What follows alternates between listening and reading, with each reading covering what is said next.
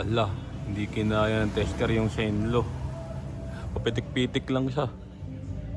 Hindi kinaya yung wattage. Yan, so testing natin ng isang Shenlo lang pailawin natin. Tingnan natin kung ilan yung wattage niya. Ayan, so pakita natin ngayon yung wattage ng Shenlo. So doon sa unang video natin, hindi kinaya nung tester yung taas ng wattage ng Shenlo. Pagkas dinalawa, parang nagtototal siya ng more than 140 watts, siguro around 150. And so rating lang kasi nung tester around 120 watts lang eh. So tanggalin natin tong isa. Buksan natin tong Shenlo na isang piraso. Yan. Ito, isang piraso pa lang yan, ganyan na siya kaliwanag. Kung mapapansin nyo, 77 watts each. 77 watts each.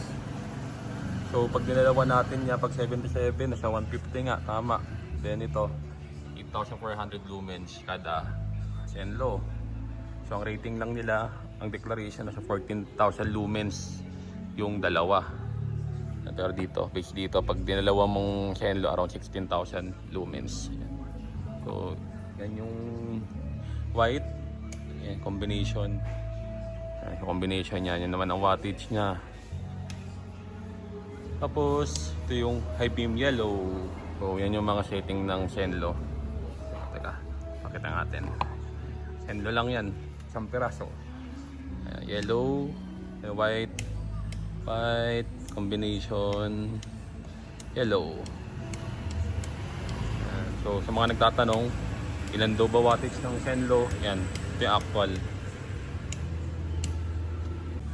Pakita natin actual tong Shenlo. Liwanag talaga. Actual wattage 76 watts, 8,388 lumens. Panalo talaga.